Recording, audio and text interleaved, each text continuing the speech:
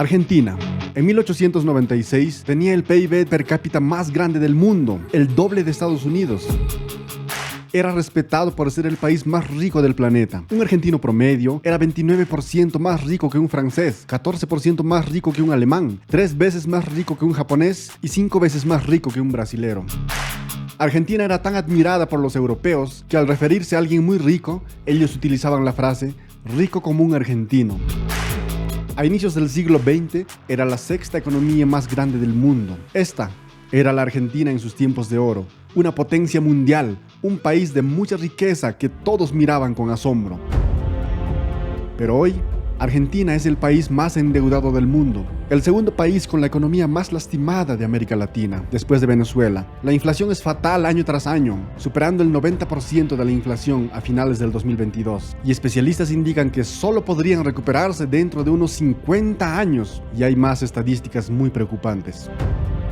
¿Y qué pasó con Argentina? ¿Cómo viven ahora nuestros queridos hermanos de ese lindo país? Te lo cuento en este video, pero antes deja tu like y suscríbete gratis a este canal. Empecemos.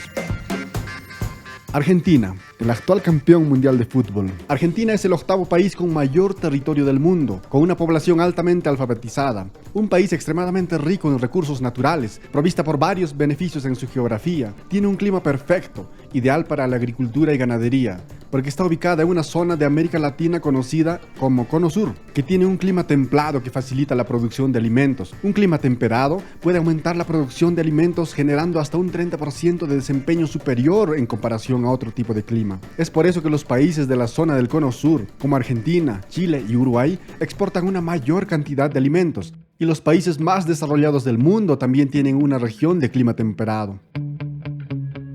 La cordillera de los Andes divide América del Sur en dos lados, los países que están al este de la cordillera, como Argentina y la mayoría de otros países, y los países que quedan al lado oeste de la cordillera, como Chile y Perú. Los países del este orientan sus navegaciones para exportaciones por el Océano Atlántico. Ahora mira cuánto ha beneficiado la cordillera a Argentina. De esas cordilleras se han formado grandes ríos que atraviesan gran parte del continente, desde el oeste al este. Los ríos que se originan en la cordillera terminan en el Océano Atlántico, por una zona llamada Río de la Plata, localizada entre Buenos Aires y Montevideo. Esos ríos son lo suficientemente grandes para ser navegables. Es una alternativa barata para llevar productos, porque el combustible para esos barcos es la propia corriente del río. Así Argentina podía llevar muchos productos hasta el puerto del Océano Atlántico y tener un comercio global con muchos países, y eso le generaba mucho dinero, por lo menos por un tiempo.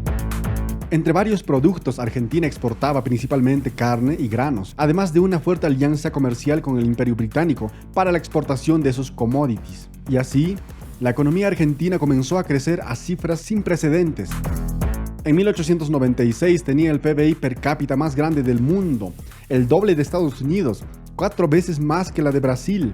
El argentino promedio era 29% más rico que un francés, 14% más rico que un alemán, 3 veces más rico que un japonés y 5 veces más rico que un brasilero. Y a inicios del siglo XX llegó a ser la sexta economía más grande del mundo, con su economía representando el 50% del PIB de toda América Latina, principalmente debido a su característica exportadora y su gran liderazgo en agricultura y crianza de ganado, en el momento en el que los precios de los commodities estaban muy altos en el mundo, con sus productos siendo muy atractivos para el mercado internacional, garantizando un crecimiento estable y un gran flujo de inversiones extranjeras, además de una estabilidad política.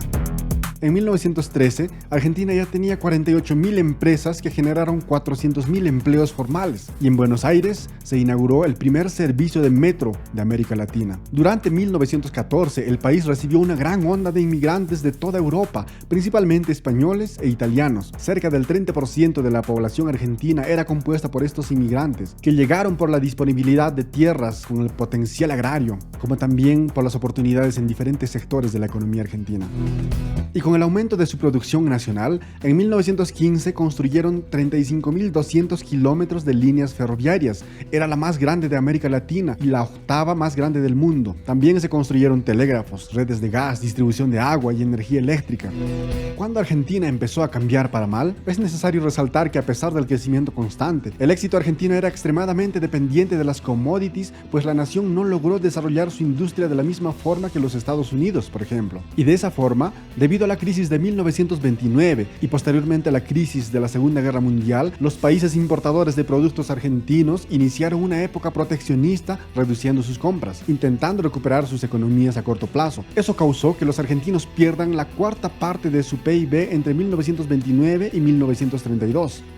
Y también en ese contexto inició un periodo que se conoció como la década infame, con 2 golpes de Estado, que ocurrió entre 1930 y 1943. Además de la corrupción generalizada y un declive económico, el mayor símbolo de ese periodo fue el Tratado de Roca-Runciman en 1933, realizado con su principal aliado comercial, el Reino Unido. Y ese tratado fue considerado muy unilateral y favorable para Reino Unido, ya que Argentina tenía que proveer carne natural a los británicos, en cuanto concedieron el control total del transporte en Argentina, principalmente en Buenos Aires, además de reducir a 0 las tasas de importación al carbón británico.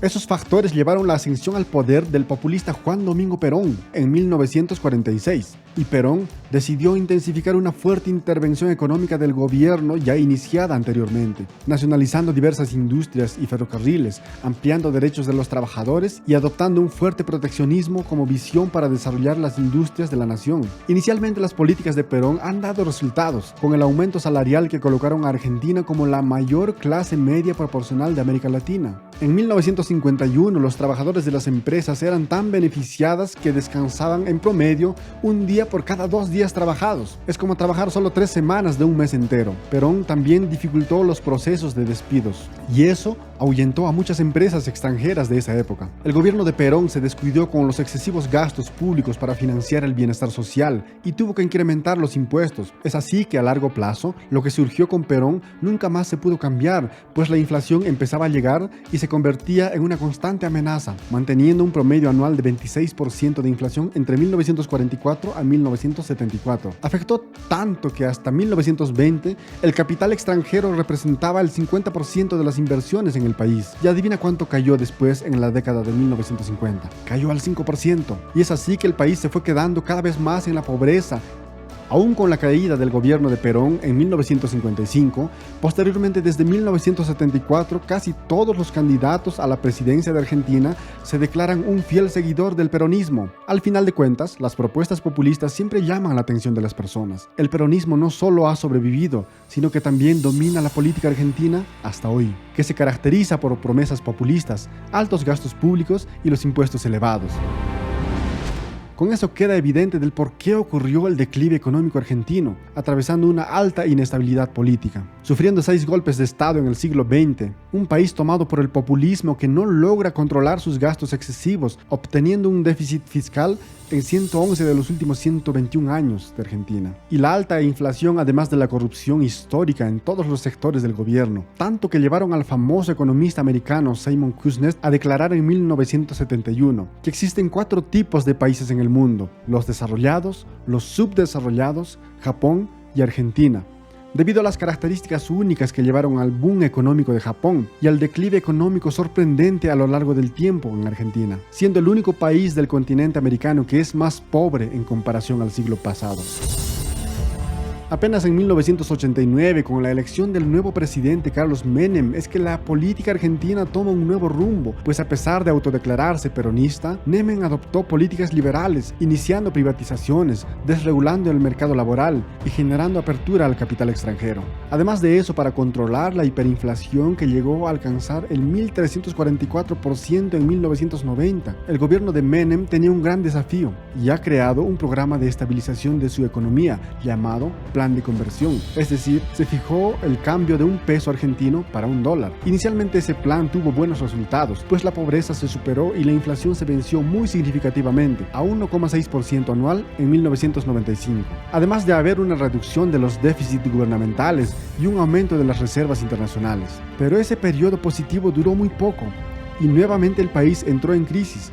Después de diversos escándalos de corrupción, sumados a la crisis mexicana de 1994 y a la crisis asiática de 1997, que motivaron la fuga de capital extranjero de países emergentes, que afectó a varios países de América Latina debido a la falta de confianza de los inversionistas por las altas inestabilidades que vivían estas naciones latinas. Además de eso, A largo plazo, esa fijación de cambio argentino al dólar estadounidense que se tuvo por 12 años resultó perjudicial para el mercado interno de la nación, ya que los productos manufacturados en el extranjero se convirtieron más baratos que los propios productos argentinos. Eso no solo generó el aumento de las importaciones, también generó el declive de la industria local, y esta fijación del dólar tuvo que terminar. Y casi 70% de la deuda argentina, siendo extranjera, empezaron una parcial dolarización de su economía. Por ejemplo, las compras de inmuebles y vehículos ya se realizaban en dólar.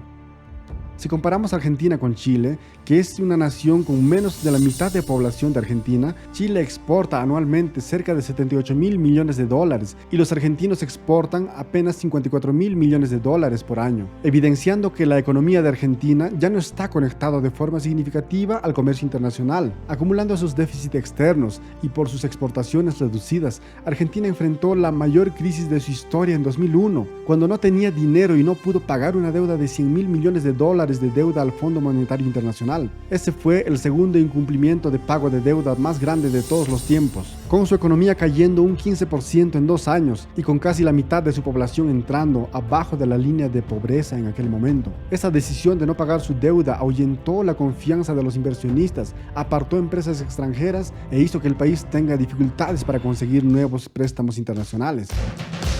Sin embargo, cuando todo parecía perdido, surgió nuevamente el boom de los commodities a inicios del siglo XXI, principalmente debido a la alta demanda de mercados emergentes. El más importante era China, que benefició comprando sus productos a Argentina y otros países exportadores de commodities, como Brasil, Canadá y Australia. Con eso, las exportaciones de carne y soya aumentaron considerablemente, creciendo un 20% de las exportaciones totales de Argentina, y su PIB creció un promedio de 7,9% entre 2003 y 2008.